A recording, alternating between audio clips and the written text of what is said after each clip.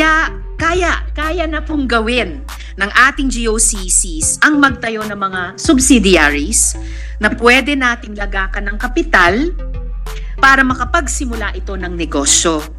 Halimbawa po, napag-uusapan din lang recently, no, yung sugar smuggling. Pwede pong lagyan ng SRA. Hindi lang ng budget na gagastusin niya sa kada taon, pero pwede rin lagyan niya ng kapital upang pumasok ito sa negosyo ng pagpapalawak ng mga sakahan para sa asukal.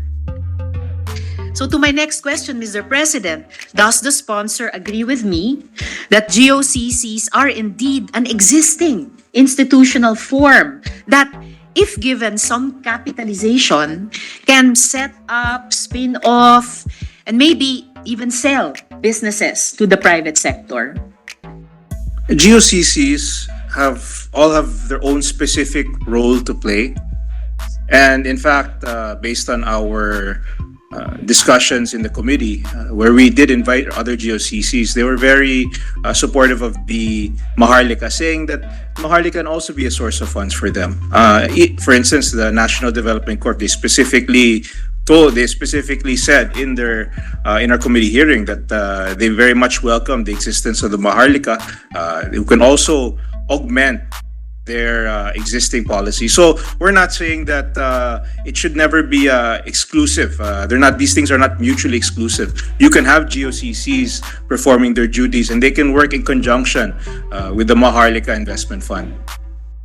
Thank you, good sponsor. Actually, babalikan ko rin in a little while yung National Development Corporation dahil sa tingin ko rin po, sa halip na magpasa ng batas para mag-imbento ng isang bagong Maharlika fund, na pwede na lang nga nating i-augment yung NDC also through legislation. In any case, I do agree with the good sponsor that Maharlika can be different, and pag maipasa natin itong batas, has to be different. Unfortunately, it's just my humble opinion, Mr. President, the committee hearings didn't go far enough to the point where the division of labor between our GOCCs and the Maharlika Fund became crystal clear.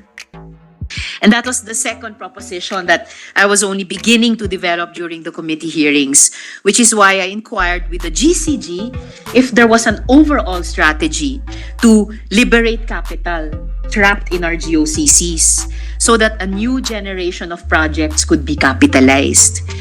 And this liberation of capital, or selling off of GOCC assets that presently already generate a predictable stream of revenues, can of course be done, even without any reference to a Maharlika Fund. My second assertion during the hearings, however, was that this liberation of capital from our GOCCs is better done methodically and at scale, possibly with a sovereign development fund, as in Indonesia, so that there can be a big push for highly strategic public-private investments in very critical areas like utility-scale batteries for grids that can store power from intermittent wind and solar power providers, solar power suppliers, public utility vehicle modernization, cold storage, and for our fisheries and agricultural production, as I mentioned earlier, good sponsor, the expansion of lands planted to sugar and onions, and indeed even the exploration of oil and gas fields. So now, Mr. President, I'd like to ask the sponsor how the Maharlika Development Fund might be deployed so that it can work hand in hand with our GOCCs to catalyze much needed investment in subsectors that the private sector might consider to be too risky or too full of uncertainty. Well, to begin with, I think that the Maharlika Investment Fund, like I said earlier, is not necessarily, these GOCCs all have different mandates, so they all have different purposes. Whereas it's clear that I think that the Maharlika Investment Fund is a very clear mandate, which is to maximize investment while looking with the priority on investments that serve our socio-economic agenda. But clearly, of course, the returns have to be acceptable to the investors, whether they are international or local.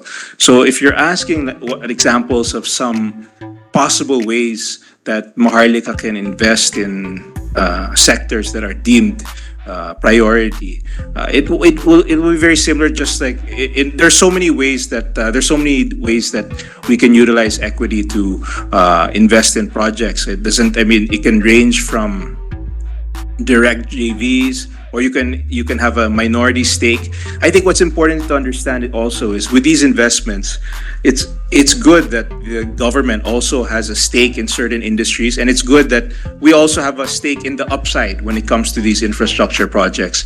As a Secretary of Public Works, I've witnessed a lot of the analysis that was done by the NEDA before we even approved or funded any project. And there's a lot of study that goes into it. In fact, we already know more or less the sort of benefits, the sort of returns, the traffic we're expecting to achieve. There's a very extensive studies done, such that we already know more or less the returns that we can achieve. And these are good returns. And I think to begin with, it's good that government can have some benefit from these returns. The public sector, they have a very high cost of, they have a high hurdle rate, they have a relatively high cost of capital, and yet they're still able to achieve a high level of return on their equities and a robust income. And I think it's in the best interest of government to have a vehicle not only for the benefit of the country from investing in these projects, but also for the government to have a share of the upside and a lot of these public-private partnerships. So there's so many ways that you can have equity plays. You can invest in a minority stake in a company. You can invest in a larger stake. There are many instruments that you can invest in related to government. You can raise funding to invest in infrastructure projects, that whether it be in agriculture or energy. Very similar to the way any other mutual fund will enter into an investment. Salamat, good sponsor. Kanina nagbanggit ako ng mga 4 na posibleng area na pwedeng pumasok ang isang development fund tulad ng Maharlika. I'll go into detail in follow-up questions about half of them in a little while, kasi wala pa akong naririnig na ganung klaseng mga detalye in relation to the Maharlika Development Fund. And that's just one of the ways in which, as it's being proposed now, it significantly diverges mula sa mga ibang sovereign wealth funds sa ating rehiyon at sa mundo, pati sa INA, which was touted during the hearing as the best practices model for the Maharlika. And I hope, Mr. President, that the sponsor didn't miss the proposition I repeatedly stated during the hearings. At ito yung isang mahalaga, good sponsor, in the case of Indonesia, it was the GOCCs that were first infused with equity for more than a decade. So hindi lang na yung ibang mga sovereign wealth funds sa ibang bansa ay pinag-usapan muna, pinagdebatihan tulad natin dito. Hindi lang sa loob ng ilang buwan, pero sa loob ng ilang taon. Pero sa kaso in particular ng INA, na yun na nga, isang tinitingalaan natin in crafting our own version, isang dekada muna, more than a decade muna, nag-invest muna sila sa existing GOCCs nila. And on the back of that, nilunsad nila ang INA. Hindi tulad ngayon na parang mauuna yung karitela bago yung kalabaw. And during that more than a decade sa Indonesia, President Jokowi pushed these GOCCs to rapidly expand highways, rail, and also mining because the private sector was too slow and tentative then. So, Mr. President, would the good sponsor agree that could also be done here in the Philippines? It has been done. We have a lot of GOCCs that are in existence that the government has capitalized. The LRT infrastructure, like you mentioned earlier, the National Development Corp. There are a lot of GOCCs that are in existence that have been capitalized, that continue to be supported by government. I think it's also important to remember that the Maharlika Fund is also designed to attract additional capital from other sources across the world. That's why it's very important. I saw a lot of It's very important to remember that a lot of these GOCCs do have legacy issues. Perhaps their mandate is not always consistent with the objectives of these new investors. So I think it's also important in order for us to also attract additional investments and to enhance the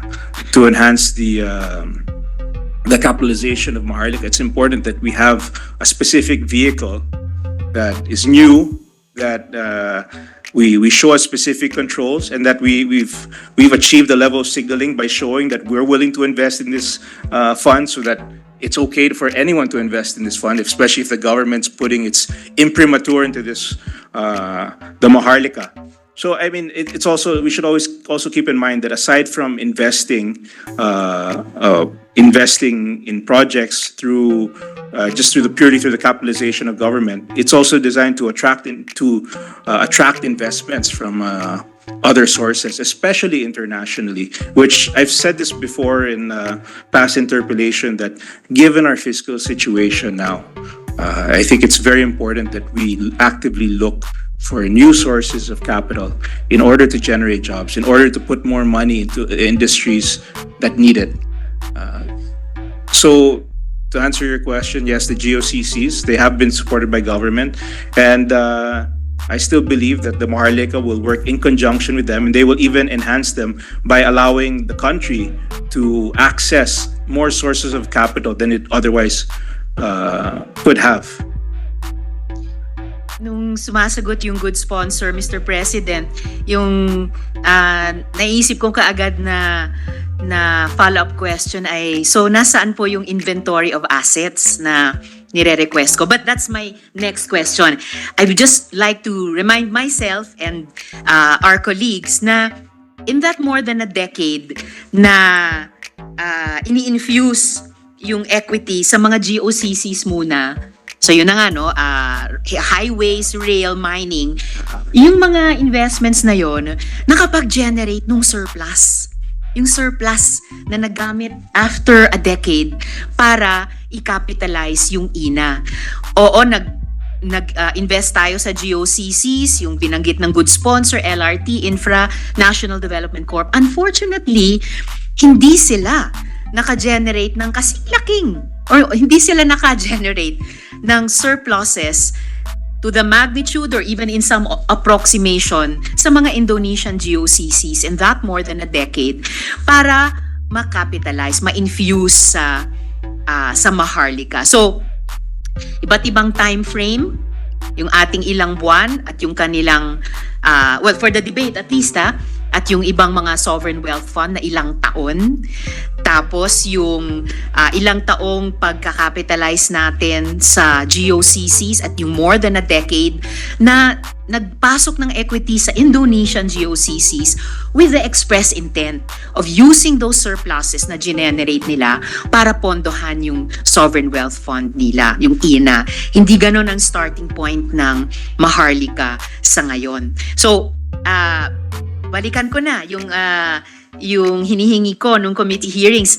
So this good sponsor is the reason why during the hearings I was asking the National Treasurer and the GCG to give us information about the assets, the disposition of these assets, and the possible harnessing and deployment of the GOCC sector's liberated capital so that the public sector can invest in subsectors where the private sector nga is being too tentative or is requiring so many guarantees, undertaking safety nets before it would put in a little of its own capital. Unfortunately, as the good sponsor might remember, neither the GCG nor the Treasurer came back with any information to respond to my specific query. So, ang tanong ko ngayon, Mr. President, would the sponsor have that information about the quantity of GOCC GOCC assets, whether or not they're earning revenues, how these assets, sorry, Mr. Good Sponsor, just to complete sorry.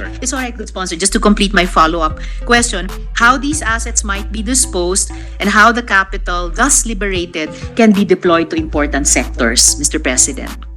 Yes, in terms of the source of funding under the Maharlika, it's clear that the government, the national government share will be derived from the dividends from BSP, a share of the national government share in PAGCOR, and of course the possible disposition of assets from the national government. And I recall that this was brought up in the committees, the status of these assets that could possibly be utilized for the capitalization of Maharlika. And we have a list. In fact, we can furnish you with the list here. I don't know why I don't know why you haven't received it, and I apologize, but I'm holding it here. It's from the Department of Finance. It's the submission of documents. This one in particular is a list of big ticket government assets for disposal that could possibly be utilized to capitalize Maharlika. But of course, we have to keep in mind that the disposition of government assets is a very it's not necessary. It's not a process that we can engage in very quickly. We cannot complete that fast. We cannot predict how long it will take. It's a very careful and deliberate process because it involves government assets. So it can be a possible source, but it's very difficult to commit to a timeline because, as we all know, disposition of government assets is a very complicated, and it's a very tedious, as it should be, because of course we want to maximize the value of our government assets. So it's a very unpredictable, long process.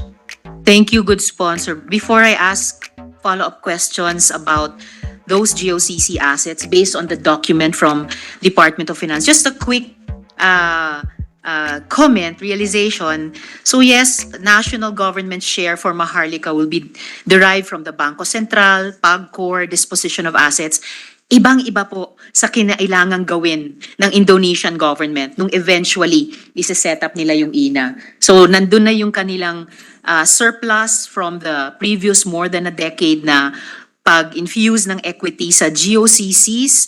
Hindi nila dinefund yung kanilang central bank. Ewan ko kung kumuha sila ng pera sa kanilang gaming corporation at hindi nila dinispose of yung mga assets na yon, yung mga GOCCs na yon. Kasi nga, yun yung nag-generate ng revenues para mapondohan nila ang INA eventually. So, sinasabi natin, kumbaga, iniidolo natin yung INA, in a way, gusto natin siyang gayahin sa Maharlika, pero ibang-iba up to this point in time yung mukhang tatahaking mga hakbang, Mr. President.